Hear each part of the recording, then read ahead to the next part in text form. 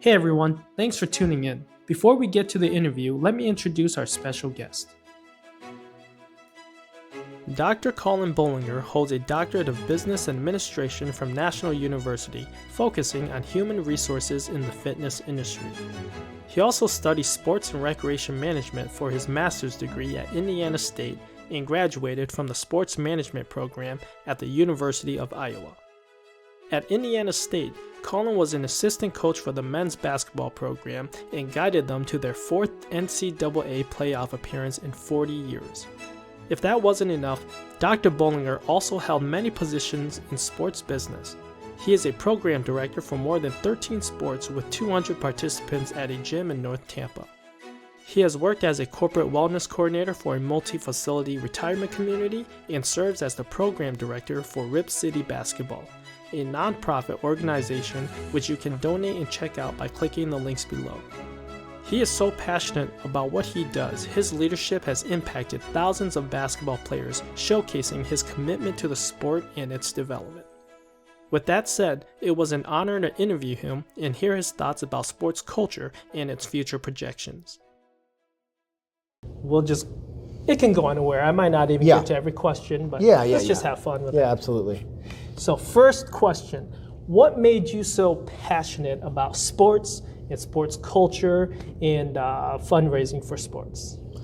I think the sports part just starts with I'm super competitive. When that's the interview question when somebody says what's your biggest strength, it's my strength and weakness. It definitely is.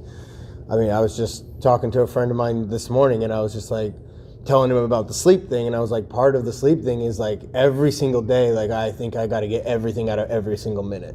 And it's like that's not a bad thing though. No, it keeps you productive.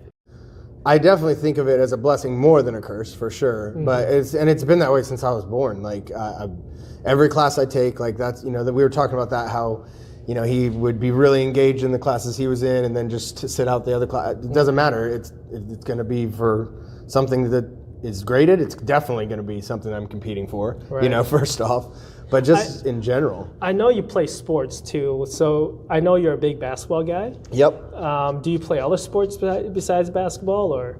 Yeah, I love sports in general. I don't play any organized ones right now, but I have been in flag football leagues. Oh, nice. Softball leagues, volleyball, beach volleyball leagues. I haven't done indoor volleyball, but so I've done lots of different sports for sure. I mean, I was program director for a couple different gyms, so. Yeah, tell me about that. I was interested in that. So you did a lot of, you had your own organization for basketball leagues and stuff? Tell us a little bit about that. Yeah, so I still actually have the organization. It's a nonprofit I've had for 10 years. Oh, wow. Yeah, so I still have it.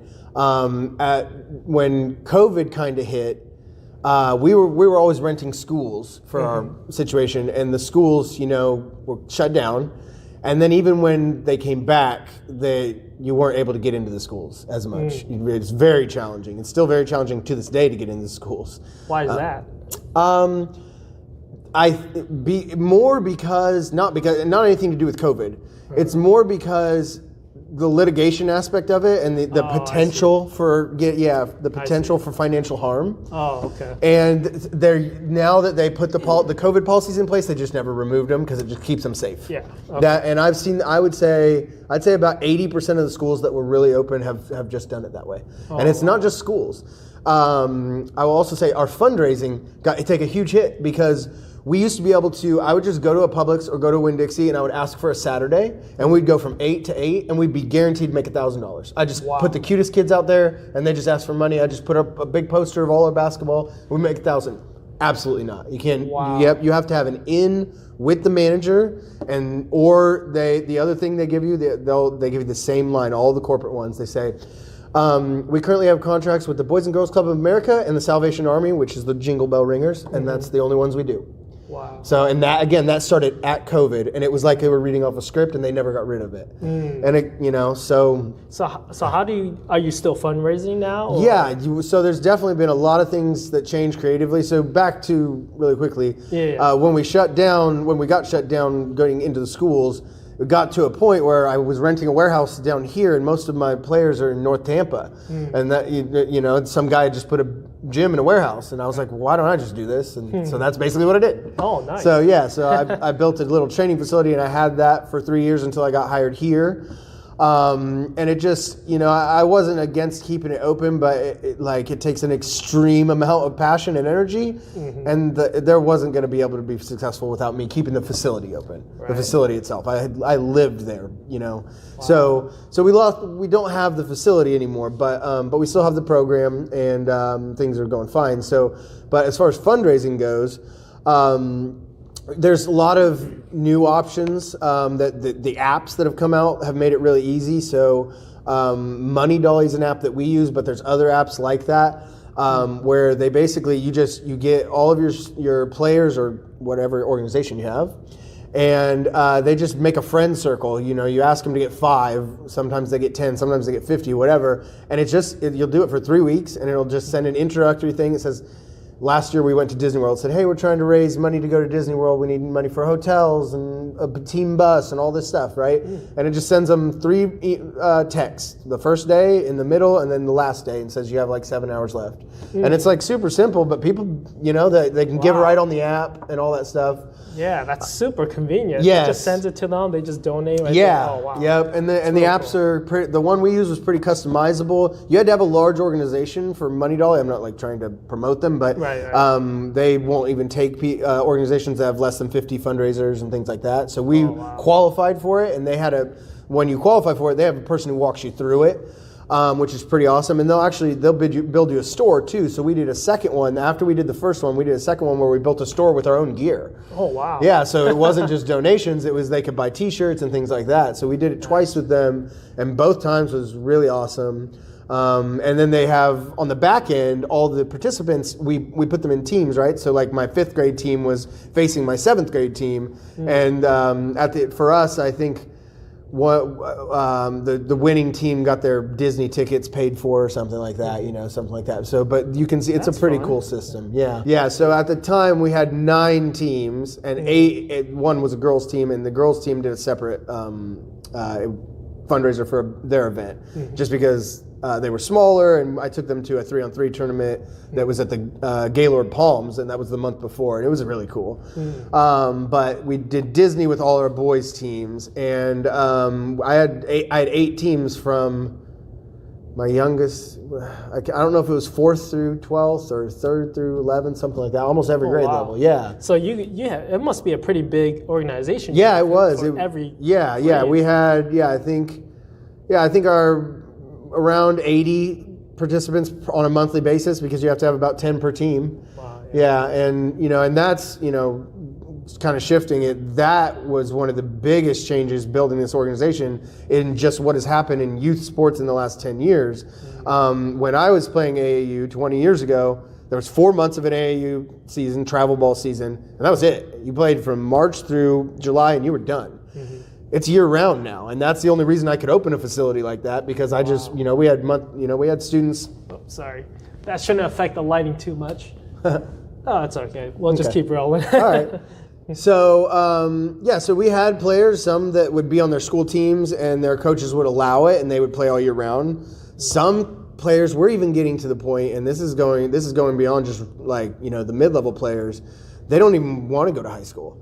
Because the high school rules of because their coaches can only see them so many hours, they'd rather just stay on their AAU team and practice 40 hours a week. Wow. Yeah, and then they're also now they're branding themselves with their social media content in high school and things like that. So they don't want to be in high school and having to go through and do whatever the high school teams have to do. It's a completely different situation. So it is completely changed.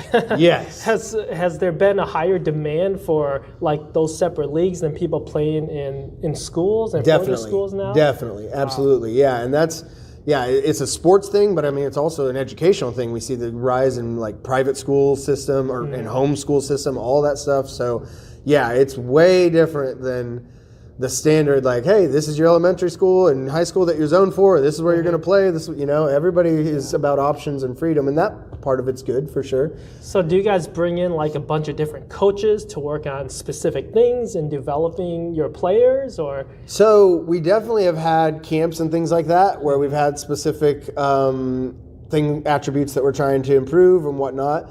But in general, I try to have coaches like for a couple age groups, you know. So I'd usually have one coach would have two teams, like the 9th grade team and a 10th grade team. Usually they would want to take teams that are pretty similar because then they can have a combined practice. Okay. Right. So it gives them a little bit more option in their practicing system. So so it just depends. 4th and 5th grade would be together and things like that. So that was usually the coaches that I had. I have some friends, that still play overseas, and they would come down and do camps and things like that. Oh, that's really cool. Yeah. Very nice. Yep, yeah. I know there are, Teddy Dupay, he's here in Tampa. He played for University of Florida. He's a super famous player from Florida, and he does amazing camps, and he'll do like shooting only camp, things like that. So there definitely are camps out there like that. We didn't really get to that size where we were specializing like that, but for us, we did evaluations twice a year with players, and if players wanted to get, we'd be like, hey, this is a weakness in your game, and if you're trying to get towards this level, we would definitely have players doing individual trainings that were working on specific stuff for sure. I remember you mentioned how sports culture has changed. Now, I play sports, I like sports, I watch a little bit of sports, but I don't know much about sports. Rules are always changing and stuff. Sometimes it's hard for me to even keep up with all the rules and stuff.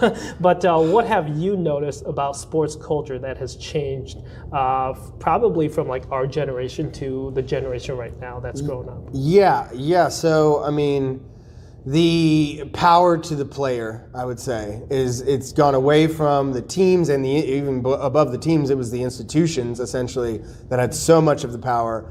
And the players, whether that's recreational level or even professional players, have gained so much more of their independent power. And there's been a ton of reasons for that change. Kind of like, just to make sure I'm on the same page with you, kind of like if you have an elite basketball player, he can kind of run the team more so than the coach or something like that. Is that what you're kind of talking to? Yeah, not so much that.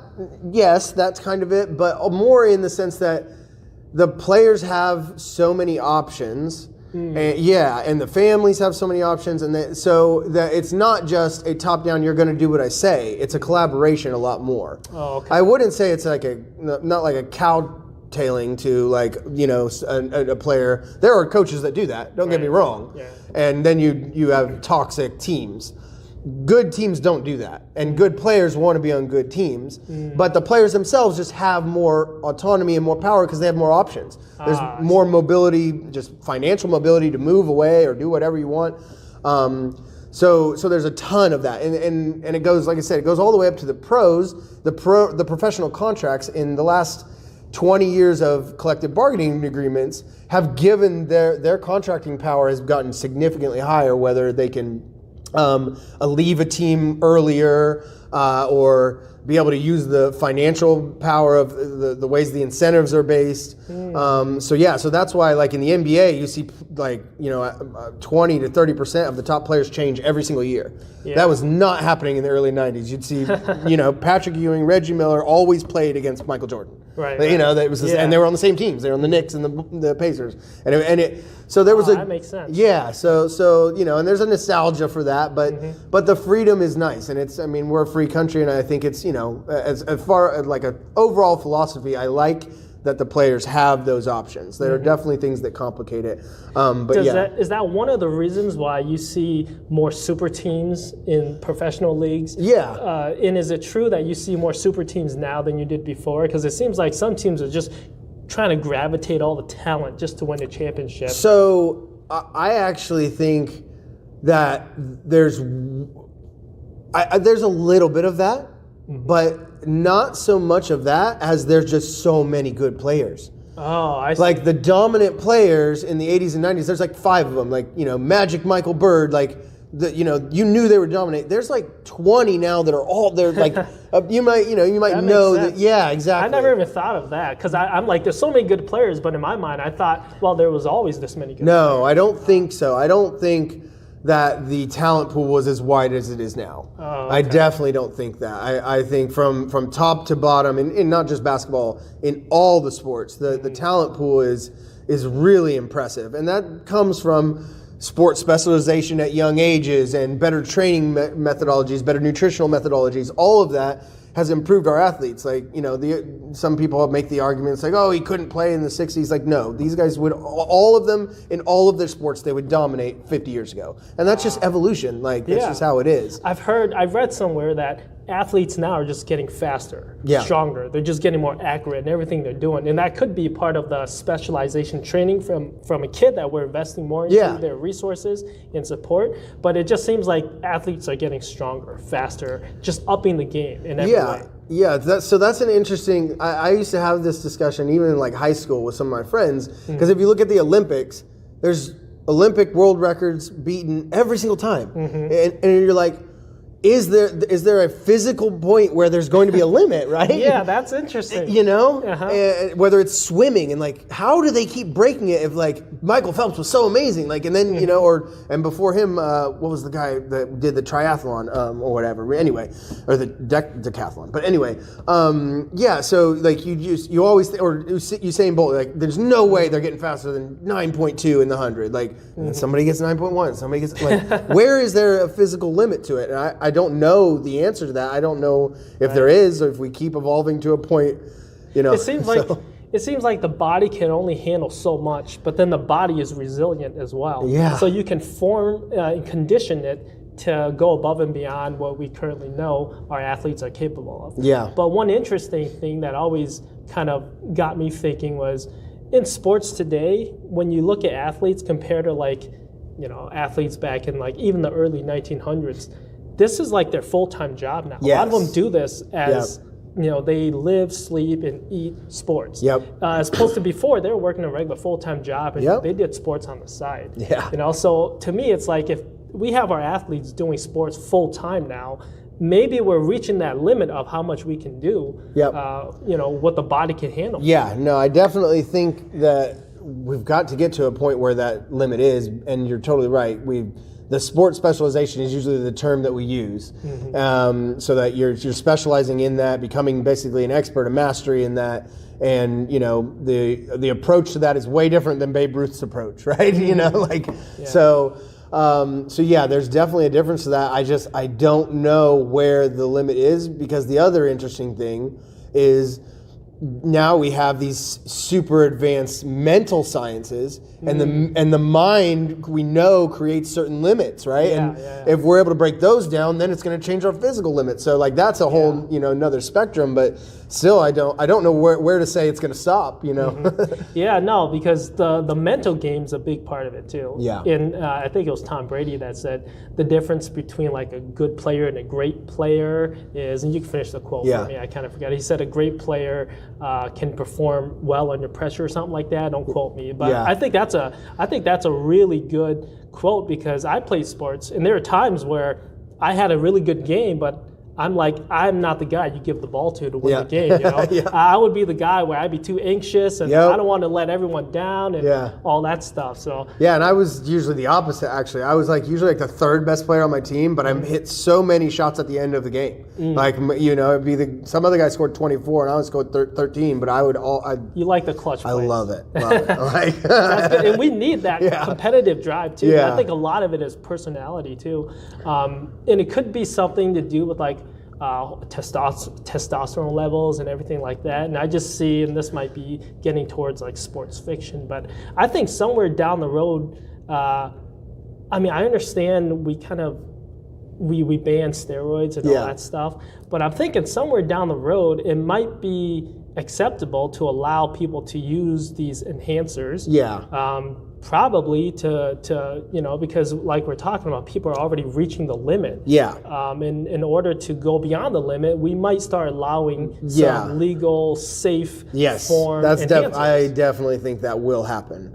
I do think that because we're going to be able to make things so safe, that's the biggest reason that initially was because the danger of you're going to have a heart attack by taking anabolic steroids over and over and over, right? So once we were able to make it completely safe, I do think it'll be legalized, and that will help the jump as well. One term that I wanted to mention to you that you were kind of getting on with the Tom Brady topic. Brad Stevens, he is right now the general manager for the Boston Celtics, so they just won the title last year, right? So he was also a coach for the Boston Celtics and a coach for Butler. He wrote his dissertation thesis. He's a doctorate. I'm not sure if it's in sports management or specifically what it is, but it's similar to my field. Mm-hmm. And he wrote his dissertation on biokinetic intelligence is a term that he phrases, and he drafts his players based on this. Oh wow! And he has a test that he built for it, where he makes you take an IQ test. I'm not sure if it's exactly an IQ test, but it's some type of intelligence test under no physical stress at all, and then you have to take the same test like while you're running at like 10 miles an hour on a treadmill, right? And he is able to test the way that your brain is able to function intellectually under physical stress and demands. And so that's, I think, kind of what you're talking about with Tom Brady. Yeah. It was, it's not just the pressure of the outside world and the created social pressures, but the physical demanding pressure of like you're at your 80-90% max. Are you able to make those decisions? Like especially in the sports, like running a straight line, maybe not as much, but the critical thinking sports, being a pitcher or being a quarterback, those things. Quick thinking, making smart decisions. All that's a big factor in sports, especially those clutch moments that can win or lose a game. So that's a very interesting topic that is being studied considerably for sure. One thing I always liked about the Boston Celtics was, within the past few years, like they had kind of the same guys. They traded a few, but they brought in Porzingis a couple of years ago, but they had they kept Tatum they kept Brown, and they built that team up, even though they came so close. And a lot of people are like, you know what, you come this close and you don't win.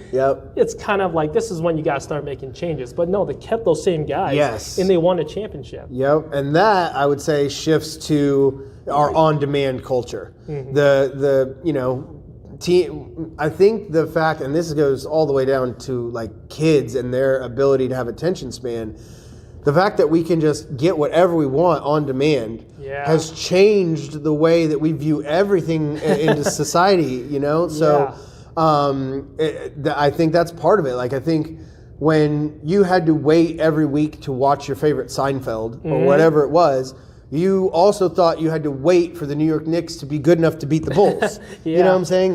So they were willing to let things build.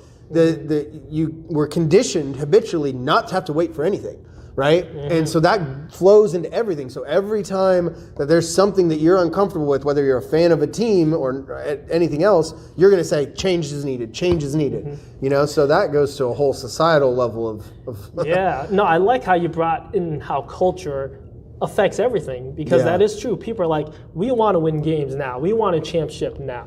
Rather than we see development and potential, but that could be 2-3 years down the road. We want something now. So that's really interesting. And you can, like you said, you can look at everything in society, from groceries. We can have people deliver it to us. Our food, DoorDash, everything instantly. So that's really interesting.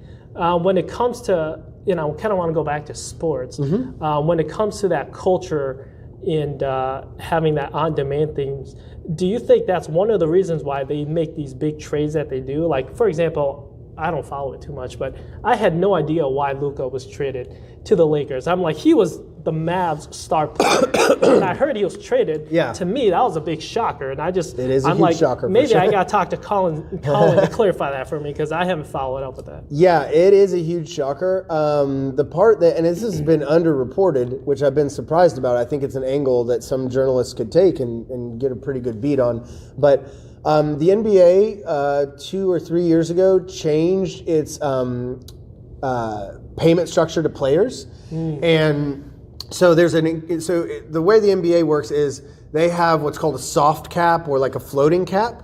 So there's 180, let's say 180 million is the cap for each team. They're allowed to go over that, but there's different tiers. So at the first tier, if you go, let's say 180 to 200 million, you have to pay 20 million back into basically the pot of teams. So you're just giving 20 million to all the other teams. Then when you get, like, let's say 200 to 240 million, you're in tier 2. Now you pay 1.5%. So you're already paying more than other teams to your team, right? Now that extra 40 million, you're paying 60 million to everybody else's team. And then if you get into tier 3, you have to pay double of whatever you're paying your players. So essentially, so you're essentially so the higher you go, the more you're paying back. Yes, yep. So you essentially have to pay 3 times as much to that player. Wow. And you don't. The player doesn't even end up getting it. The other teams do because that's revenue sharing. That's that's part of antitrust and all of that happened years ago. And only the professional leagues can really do that. But still, that changed. I don't think people understood how much that was going to change the way the teams and the owners thought. Right? I think they thought these owners are so rich that they won't care about the penalty. They'll want to win. And that's one of the main reasons that Luka got traded.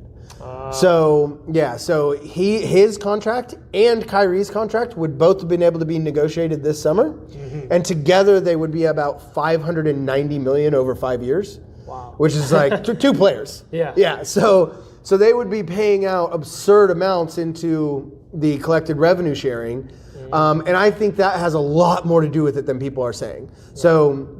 The Luka's contract was going to be the biggest in league history. So by trading him rather than Kyrie, they're able to keep Kyrie. They're probably still going to pay Kyrie. His contract is considerably less because there's another part of it where if you've been with a team for, I think, 5 years and you were an all-NBA player, you get the Supermax. And Kyrie doesn't qualify for that, but Luka does. So that's why they decided to trade Luka. Everybody's like, why didn't they trade Kyrie? Because they can still build their team with Kyrie.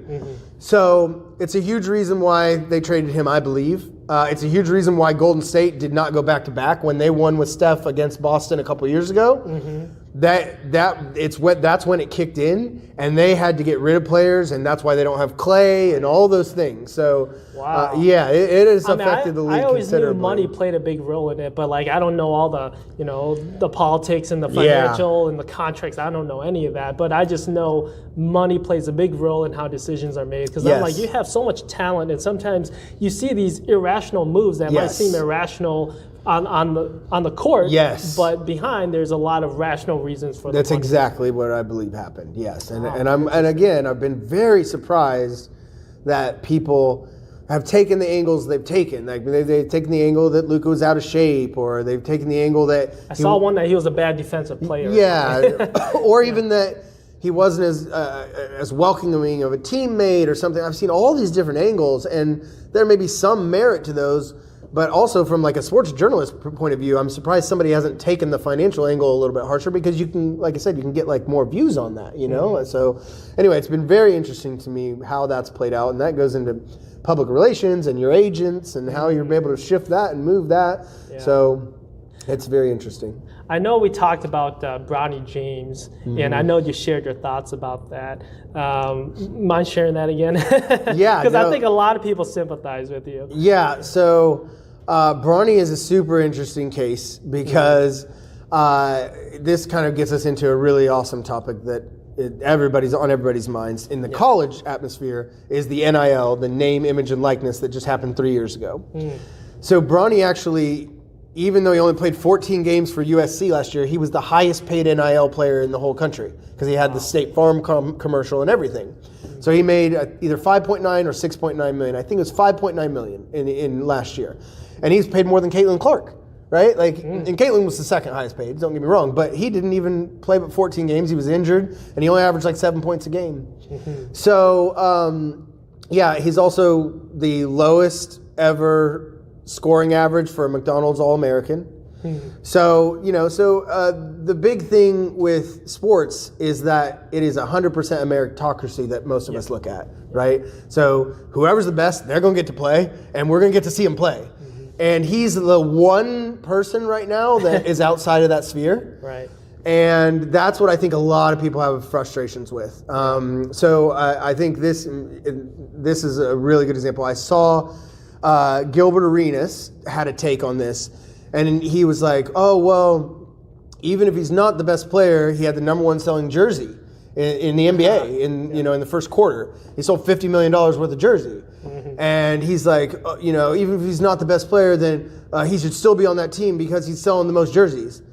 Okay, that would be like the same thing as Drake, who's a super fan of Toronto. It would be like hiring Drake to be a Toronto Raptors basketball player because his jersey will sell the most. Right. But if you go down that road, you're going to end up hiring just Mr. Beast and whoever the biggest people are, Justin Bieber on the planet, and we're going to have terrible basketball. Right. So, like, you can't, that rationale is completely absurd to run a business. It's a different priority. Yeah. Rather than selling tickets, you're selling jerseys. Yeah. And so, and you're going to end up not selling any tickets or jerseys if you put a terrible product on the floor. Mm-hmm. So, exactly. Yeah. So, I mean, I appreciate LeBron's maturity in all of this because people have said nasty stuff about Bronny. But I think he understands. Yeah, exactly. But it's hard, no matter what. As a parent, you're going to like the fact that he gets asked questions that I'm sure he would want to react to. Yeah. So he does a really great job.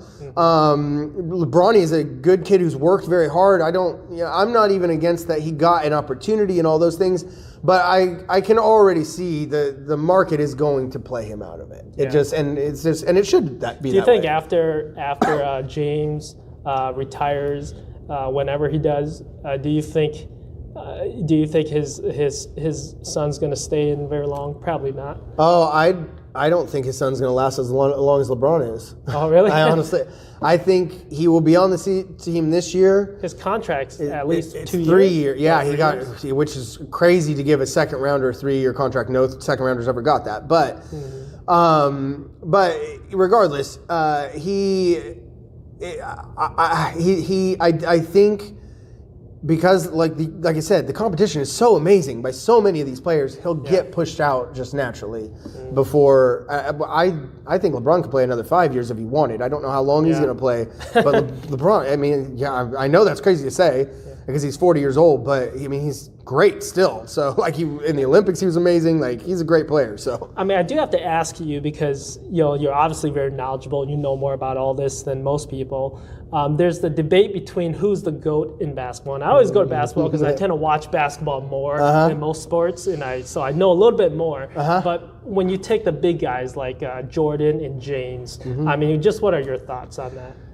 So very interesting because I have this conversation consistently with my friends because it's updating, right? LeBron's still playing. So a friend of mine asked me last night, he was like, hey, now that Luka's on the team, because the first game went amazing, they looked great last night together, it was their first game together.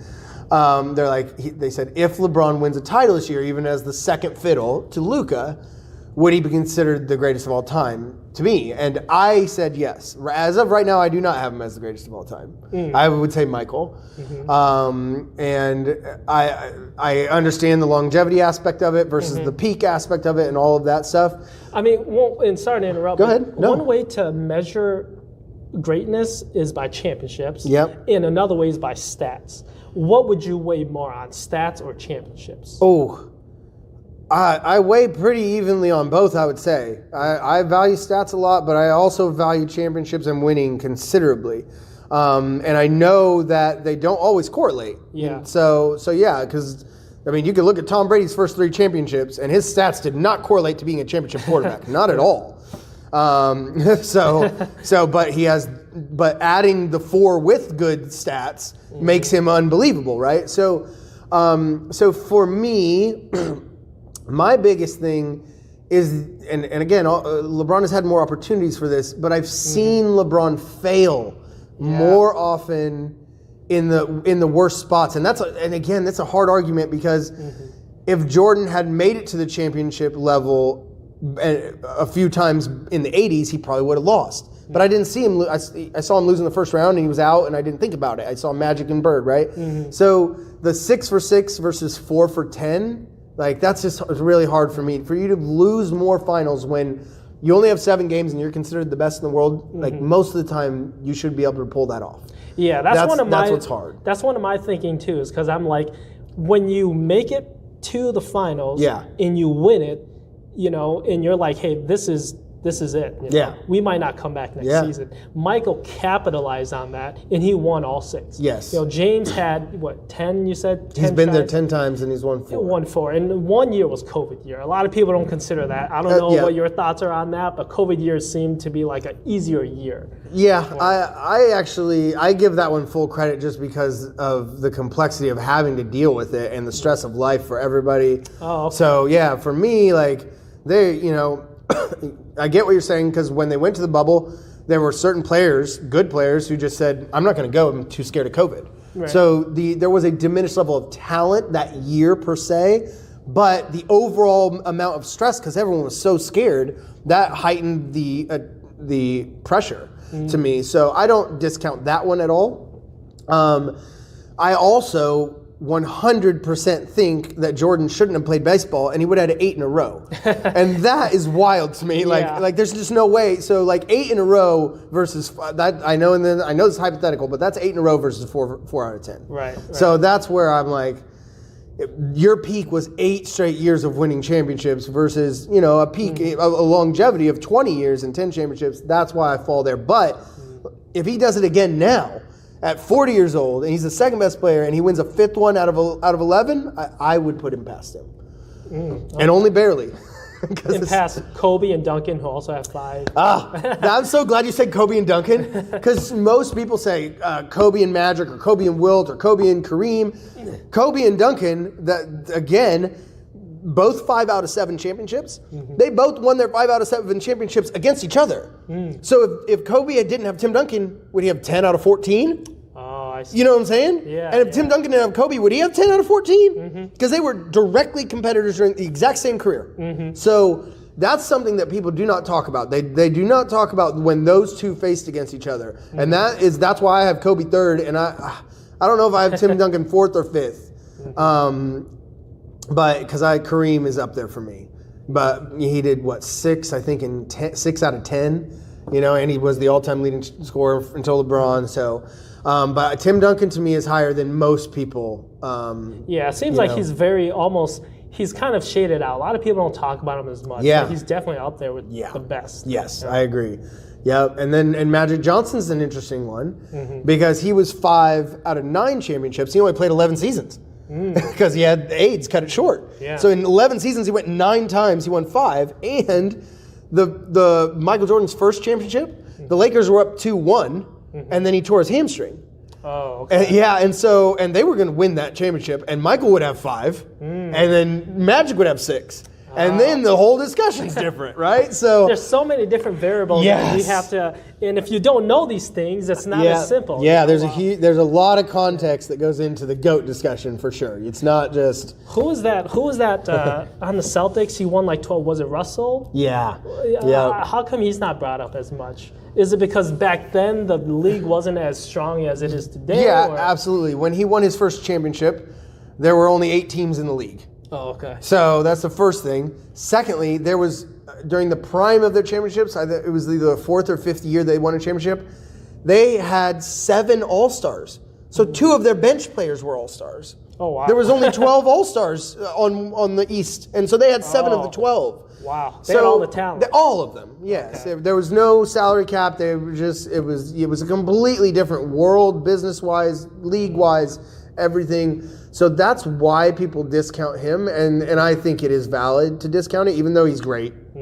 And also, he went up 1-on-1 against Wilt Chamberlain, and Wilt Chamberlain's performances were so amazing in comparison to Bill Russell's performances. Okay. But that partially is because Wilt did not have a very good team, and Bill Russell could lean on his team. Right. But even there's a lot of people who are like, well, I didn't even think he was the best when he was playing. So like. Okay, so that makes sense. If you talk to an old timer, they'll a lot of times say that. So yeah, I'm gonna you need to like not post this in New England, like. Well, I have a lot of family in New England. I might watch it. So. Oh gosh. But it'll bring in some comments. Yeah. Now I do want to talk about because I know basketball is one of the biggest global sports now. It's growing. The NBA has such a big talent gap. That you have guys like Jeremy Lin, who wasn't very good, besides the whole insanity thing. Yeah. Now he can go and play for the Shanghai Sharks, and he's one of the best players. And you have a lot of retired NBA ballers. Dwight Howard went and played, yeah. And I think AI, Allen Iverson played for a bit. And they're like still doing amazing. Whereas right now, if they played in the NBA, they would just, they wouldn't be worth anything. Yes. What are your thoughts on that? Why is there such a big gap in the NBA and other leagues? Is it just the resource and the money we pull in, the coaching, everything, or? Yeah, probably from the NBA standpoint. It's also the long-standing credibility everybody wants to be in the NBA. So like we have Luka, Giannis, and Jokic, who are the 3 best players in the world, and none of them are from America. Yeah. You know? We have Wemby, who's really and good Wemby, too. yeah. And Wemby will, by next year, will probably be the 4th best player in the world. And he's not from America either. So there's the talent development, especially in Europe at this point, is equal to our talent development. It's just the power of our league. Yeah, and you're going to see, within 5 years, I'm pretty confident there'll be a team in Mexico. And within 10 years, I think there will be a team in Europe. Okay. So I know that the travel is going to be rough, but it's not going to matter. They're going to figure it out. They're going to figure out whether they're going to do like quarters and make teams play over there for 2 months at a time or something. They're going to figure that out, and football will figure that out too. Right. The NFL is going to have, we see all the London games, the Madrid games. Every year now they're playing 4 to 6 games out of the country, and that's going to grow considerably. Those 2 sports are going to grow considerably outside of the United States. So, obviously they'll still be American organizations, but it's not going to stay that way. And the talent pool is developing for sure, all over the world in all of the sports, because everybody's following the leader. Definitely mess with a bunch of, because you'll have athletes who are tired and exhausted and jet lagged and stuff. That'll definitely play with the game a lot. So I think what is coming, and it's going to be somewhat of a different transition, but kind of like baseball did, but it's been 100 years. So early on in baseball, pitchers pitch every day. Every single day. You just had your best pitcher and you just pitched till his arm fell off. And then now you have to have at least 5 in your rotation, right? Every team has 5. So is that kind of to save their to keep them from getting fatigued and also from injuries? Oh yeah, both. Yeah, absolutely. And just performance-wise, if you have a stable of people who can all perform, then you're going to win more games. And I think we haven't gotten there yet. We have this thought process. We need less games.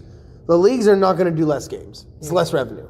They're like the NFL, even during Super Bowl week, was talking about adding the 18th game, and the 17th game just happened 3 years ago, and it's a lot. One extra game in the NFL is a considerable amount of pain on their bodies. Yeah, they're going to have to increase the roster sizes. They're going to have to do a better job, and this is, I believe, in NBA and NFL. They're going to increase the roster sizes and do a better job marketing the bottom end players. And filling that out. And I think, again, because the talent pool is so much better, it's not a problem. It's a problem because we have old generation marketers and agents who want to make all the money off the top. I see. I think there's going to be a new generation of thinkers, of sport business, sport consultants, sport organization runners, and they're like, no, we're going to have a team, and we're going to, we're evolve the way we do things. Yeah, Jaylen Brown and Jason Tatum are going to take 20 games off every year, and they're going to schedule out the 20 games they're going to take off. But the games they're not going to play, we're going to have these guys, and we're going to have highlighted and made sure that you know what what I'm saying? And that's in the same way with when you have Clayton Kershaw and I was trying to think of the pitcher that also hits. I can't help you. I'm sorry. I don't know too much about baseball. I can't believe it. Ohtani. He's the greatest baseball player in the world right now. He pitches and hits. He's like Babe Ruth. So, okay. I do know him. Yeah. He had that scandal recently, right? That wasn't his fault. That was his interpreter's fault. And his interpreter just got a jail sentence and had to pay back $59 million for that. That was terrible. Yeah, he got completely taken advantage of. But what I was trying to say is, just like you are able to have Ohtani pitch a game and then Clayton Kershaw, now baseball fans are excited about both. If you had Ohtani pitch all 5 games and then you're going to say, oh man, we don't want him to get injured, we're going to bring somebody in, the next year all the fans would have been in a riot. So there's going to be a transition where not everybody's going to be happy, but I really, really, really believe that this is coming. I think the leagues want more games. I think and to have more games, it'll be easier to do it if we have overseas teams. You'll want more games, like I said, because the Lakers will go play their European schedule for a month. They'll play all their European schedule games, and then they'll come back. I see. And so you won't have jet lag all the time. You'll live in France as your base, and you'll play an English game, you'll play a game in Germany, whatever. So I don't think they're going to open up one market. They're going to open like 4 at a time. Wow. Okay. Yeah, and I think that's the way that is the smartest to me. If there's any organizational league people watching this, I do think I can help them with things like that. Well, that's really cool. Yeah. So I think there's a ton of opportunity for us, and I don't think there's a lot of people we got to go backwards, we got to have less games, we got to make sure people aren't getting hurt. No, we have too many good athletes out there that we need to highlight, and we need to keep it going. And that's so true, because a lot of times, I'm a Boston Celtics fan. You look at big guys like Tatum and Brown and stuff like this, but there's so much other talent on the team. And since I watched the Celtics, you look at other guys that even Peyton Pritchard. Pritchard. One of my favorite players. He's got his 3-point shooting is amazing. You have so many good players. Derek White and all this. And you're right, if you don't highlight these guys, people just want to see Tatum and Brown. Yeah, exactly. Yes. So, Peyton Pritchard's one of my most favorite. He has 3 friends that play overseas. He hires them during the summer to guard him full court 1-on-1 for 2 hours at a time. Oh wow! And they only play defense, and he just goes at him, and that's his training style. And he's awesome. So I love Peyton Pritchard. He's one of my favorite players to watch for sure. But like you said, they're so loaded that you barely even see Peyton play. So and I think to a more advanced fan like me, I really love it. The casual fans are going to have to adapt to that, but they will adapt. They'll see the value in these players. Right. Let's transition to football real quick. So I know there's the AFL, right? You're familiar with that, sort of. So I try to watch a few games, and there's no one in the stands. There's no one, and I'm like, why is it that the NFL has such a big monopoly on football when it's kind of, and it seems like, I know college football is really a big thing too, and the rules and everything's it's real different in college football too. But it doesn't seem like there's anything that can break the monopoly that the NFL has. What are your thoughts on that? Yeah, so I think part of that goes to, again, really concentrating their marketing and advertising on a small amount of players. Everybody wants to watch Lamar Jackson play the game. Everybody wants to see Patrick. They want, they're even when you watch the tail end quarterbacks in the league, the amount of drop off in viewership is crazy.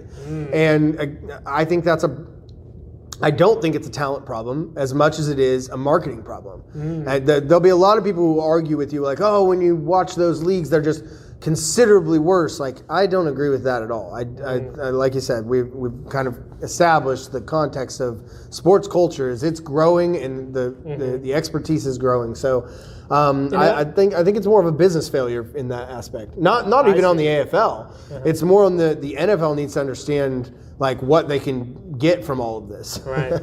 No, that's a good point, because I always said to myself, just because you go pro, you're good, but I'm there's a whole nother world of talent that are either just as good, if not better, but they never get that opportunity. And I'm if there were different leagues, you would see other talent that might be better than the professional leagues we see now. Yeah, and I actually think that one of the positive consequences of the NIL is that we are going to see this. This goes also back to player autonomy. We are going to see. I already started this with my high school players. I tell them to start finding out what is their niche. What can they start highlighting about themselves?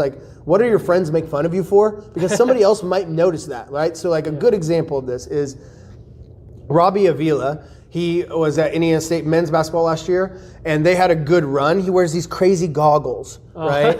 Yeah, and I'm sure he got made fun of for him in high school, but he ended up getting a $60,000 a year goggle contract from the NIL because we won like 10 in a row, and he was on Sports Center, and they gave him like a nickname. They called him Kareem Abdul-Jabbar because he's white, and because Kareem Abdul-Jabbar always wore the glasses. So he just he trended for a few days, and and that gave him so much more power as an individual. And he transferred to St. Louis, but I follow him now, right? Like, and I think that it's going to come from this organic, younger level where they're building their own brand before the teams are.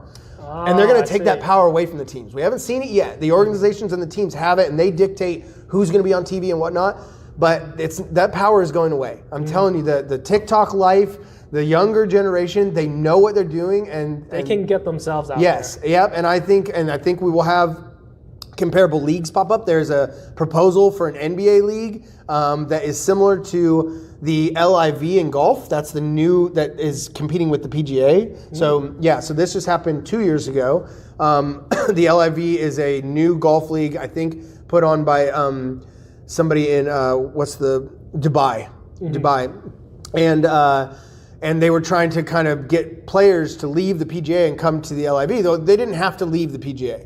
But the first year, the PGA said, well, if you go there, you're not allowed to play in our tournaments. Well, enough guys that were popular went and did it, and the PGA dropped that. So that's what I'm saying. These guys, they realize, wait, the guys have the power. We don't have the power anymore. Yeah. So golf is kind of a first example of this. It hasn't been talked about, but it's going to happen with the bigger leagues too. There's going to be competitive leagues that pop up. The players are going to be like, wait a second. And Caitlin Clark, I think, is going to be one that does this because she doesn't make that much in the WNBA. She can actually make more in women's basketball overseas. Oh, okay. You know what I'm saying? And so when people see that she's going to fluctuate, other players are going to see that they can fluctuate and have options. The having options is going to force the leagues to stop being so top-down dominant on that. Nice. That's actually really cool. It's a good thing. Yeah, it gives the power to the players with the talent, and that's really cool to see. Yeah. Oh, that's real nice. But then there'll be so much... There'll be a lot of stipulations because if someone's playing in a different league and they have ties to another league, it's like, what happens if they get hurt and they can't play? That's a whole nother world of mess that they have to figure out. Yeah, there's definitely a lot of policy implications for sure. But so like I said, it'll force. So like the new basketball league that's being proposed, if they take 2 or 3 of bigger name players, like especially players that towards the end of their career, like one of the proposals was the players would get a percentage ownership in the new league. So so older players who might not get as big a contract, like Kevin Durant's next contract, like if he starts slowing down or whatever, or even Steph Curry, if they start slowing down, their name is still so big that they may go choose that, right?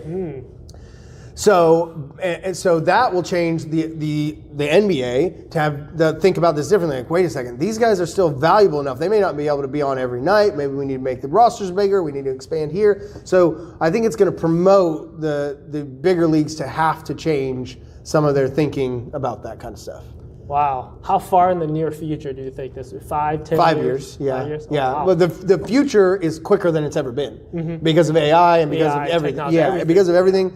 Like, I would have probably told you it would have taken a decade or two, but now 5 years maximum. I'd say we will see a competitive a league competitive to the NBA within 3 years. Oh, wow. It will open up. I don't know if it'll succeed, but within 3 years there will be because there's in the U.S. or overseas. Or? In the U.S. Yeah. Okay. Yeah. I think so. And the awesome part about sports is it is close to AI proof or robotics proof at least, right? Maybe not AI, but definitely robotics proof, right? Where if we're able to create robots that can teach better than you and I can teach, you know what I'm saying? We're out of a job. We're out of a job. But we're never going to be able to create robots that can simulate authentic competition because it's about humans. Yeah. You know what I'm saying? So that can be difficult to do because there's so many factors. We're so dynamic. It's like some people can handle pressure well. Some people just have a good game and they just go off. Yeah. Some people who may be really good but they're just not consistent. Yeah, and if you saw a team of robots playing a team of robots in soccer, like you'd just be like, well, which one is programmed better? Like, you know what I'm saying? It wouldn't be about anything there'd be no storylines or anything like that. But like, I mean, like, it could be interesting if robots like AI, they have the ability to learn from each other, and which one learns faster and better, which could be kind of autonomous. But then again, that might go back to who has the better program to learn. Exactly. So, but like but other industries, maybe like truck driving or like moving people, and like how quickly are we never going to have movers again? We're just going to have robots come move your stuff. Like, like that's not going to be an industry, So, do you think there'd be an advantage of having maybe robotic enhancements in sports, like maybe have maybe excuse me, in like sports sci-fi, we have 20-foot rims, and we have shoes where people are able to jump 20 feet and dunk or something. I don't know. Yeah, I mean, I'm sure there will be, just like there's like the trampoline bounce ball game, there's all kinds of stuff. There'll be gimmicky stuff like that for sure. I think that'll definitely happen. I would think it will actually be more like nano robotic technology, where they would be able to put, AI circuitry in your blood that reads, hey, this person's blood sugar drops quicker than another person's blood sugar, and allows you to have a nutritional benefit to somebody else, something else. Yeah, that would be probably where the advantages would come in, and that I don't know where the policy would go with that, because again, if it's completely safe, do we use it as a performance enhancer or do we not? So I don't know. Yeah, the external robotic stuff where you're taking away the human factor of it, I don't know about as much, but internally, I could definitely see it happening. Yeah. No, that's interesting. That would make a lot of interesting research too, because then we can get down to the science of why do some athletes who score on average 30 points a game, why are they only scoring 14 this game? Yeah. What's going on? Yeah. Did their blood sugar levels drop? When they say your head is just not in the game, what does that really mean? Are they just not focusing? I mean, clearly they're trying to win, but what does it really mean? Yep. And maybe the science can tell us about that. So that's really interesting. Well, and then there's going to be privacy concerns, because now does a player want to have a whiskey at night when he's out at the bar? Because they're going to know exactly what you had. So there's a lot of that goes in a whole policy and governance structure that I don't want to even touch. That scares me. Well, Colin, we've done a little over an hour now. I had a great time. I hope you did too. We got to do another one because there's so much I want to talk about. Forever. And we could talk about other things too, but this sports topic was so much fun. Lastly, for closing questions, is there anything you would like to say about your passion and what inspired you, or anything about sports and sports culture you would like our viewers to know? Anything off the top of your head? I mean, I would just say that I hope, and I've told a lot of people this, I hope that everybody in life finds something that, like I have. Like, I knew I was going to be into sports management. I got that as a freshman in college. I never deviated from that. I didn't know what I was going to do, but I knew, I've always been competitive and I love sports, and it gives me a purpose all the time. Like, even my wife, she likes what she does, but sometimes I think she feels like she has a lack of purpose sometimes and whatnot. I mean, we have kids, so it's pretty easy to get back to that.